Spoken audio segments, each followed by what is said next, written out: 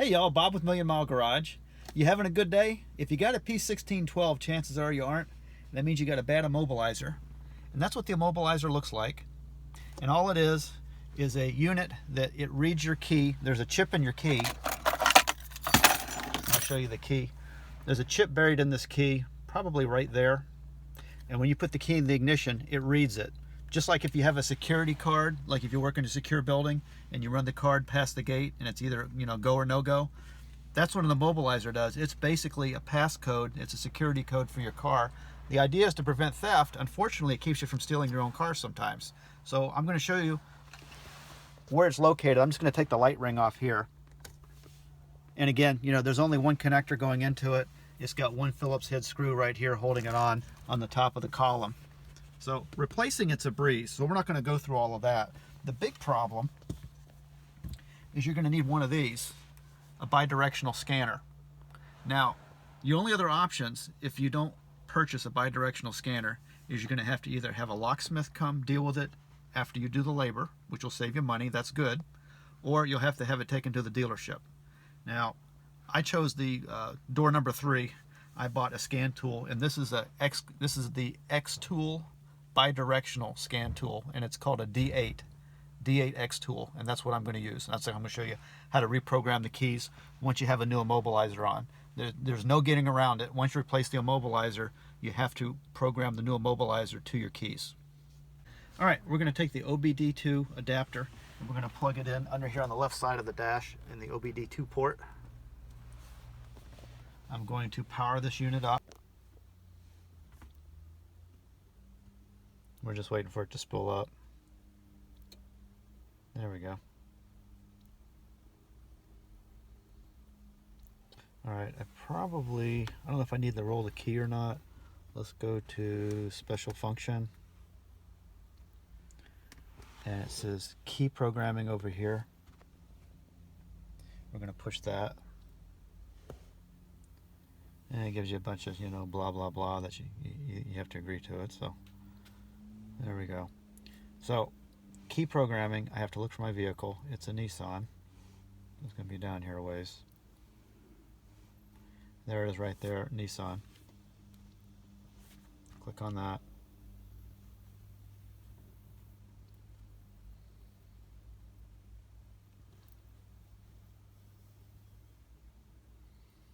Alright, I'm just going to go over here and ask to program keys. There's a bunch of other options here. Let's just go for this. It says select from type, select from vehicle. Let's go by type. Immobilizer. Immobilizer system. I'm going to go with 4-pin code.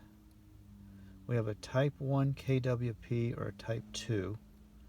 Let's see what type 1 does. Switch ignition on, press OK to continue.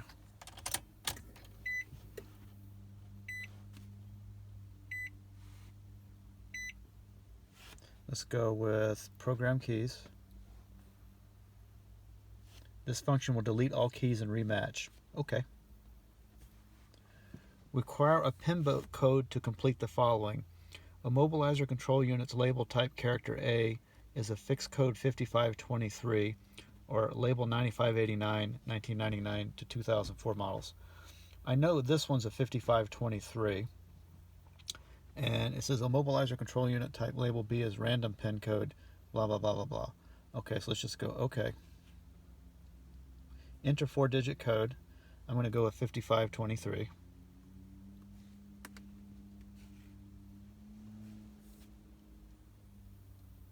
Please complete the following to program keys. Switch ignition off and remove key. It says insert the first key and switch on for 5 seconds. Immobilizer indicator light will flash 5 times if accepted. I think it's the security light up there, but let's just put this in. We'll count 1001, 1002, 1003, 1004, 1005.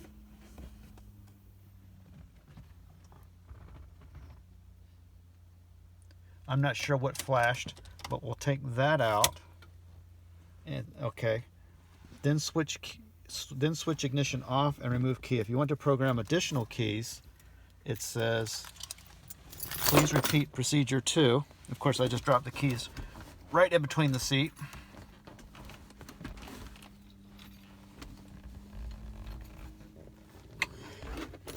That was painful. Okay, let's try that again. Insert the key and switch it for 5 seconds. 1001, 1002, 1003, 1004. Oh, that was a light that flashed up there. Okay, I didn't get that. All right, and then take it out and then press OK. Now, let's see if it works.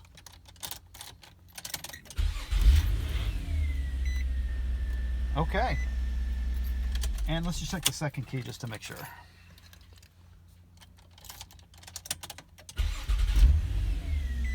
I love when that happens. And just making sure we don't have a security light flashing or anything. Making sure, you know, it likes our keys and everything, we're good. All right. Mission accomplished. Life is good. Hey, for the rest of you that have an attention span longer than a gnat, I will show you how I put this back together just in case you want to take one apart. All right. Steering column is 2 pieces. It's got 3 screws, one here, here, and here. It's on the bottom. That's where the ignition pokes out. This little collar goes around the light ring. That's why it doesn't press in here. It comes off easily. And then this is clipped together. Once you get the screws out, you just have to pull it apart. It's got little clips. That's it on that. We'll show that going on. One thing you want to be careful with on this, on the seat memory button, when you drop this panel down, you want to disconnect that connector there so you don't pull anything loose that you shouldn't. There's only 2 screws to hold this on. One here and here, and it would look like that from underneath. There and there. And then you just have 3 clips. There, there, and there. And once you get these 2 screws out, this pulls down very easily. All right, I'm going to roll this in. This right here is going to snap around the steering column itself, the shaft, the outer shaft, or support, whatever you want to call it. This part right here is where your wiring harness is going to feed through, and then I have to make sure that the tilt stays down here. It's probably helpful to grab the wheel, pull the tilt lever down so it's out of the way, and lower the wheel a little bit, and then come in from underneath like this. You see I'm going to go on top of that tilt just like that, and then I'm going to take this harness and feed it in right here, and then gently pull it up, and then it's going to snap into place. That big round thing is going to snap around the column like that, and that's going to go into place just like that. Pull that down, and then I should be able to get the top on, no problem. Top's going to go in just like this.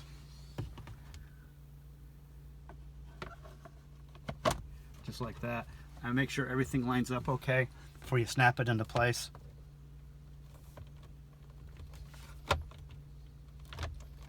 Make sure you just get everything to line up. There we go. See that?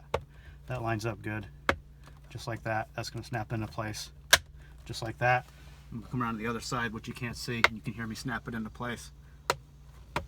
Snaps in fairly easy. Just like that.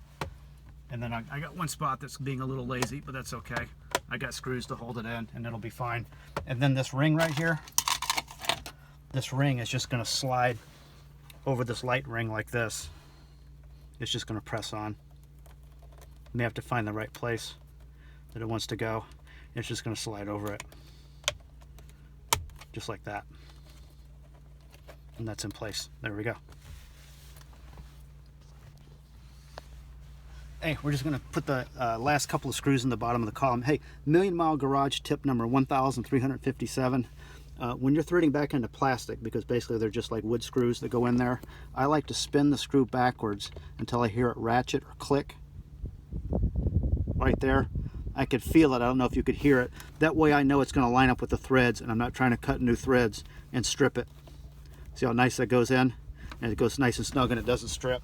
I do that every time, and very rarely do I have a problem with stripped plastic threads.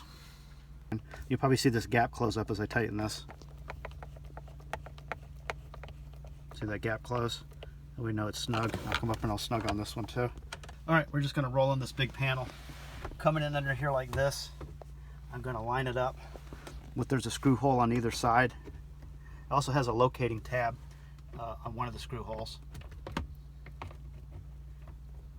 And I'm going to come in and try to connect this seat memory button now while I'm thinking of it. There we go. And I'm just going to come in and just line this up like that.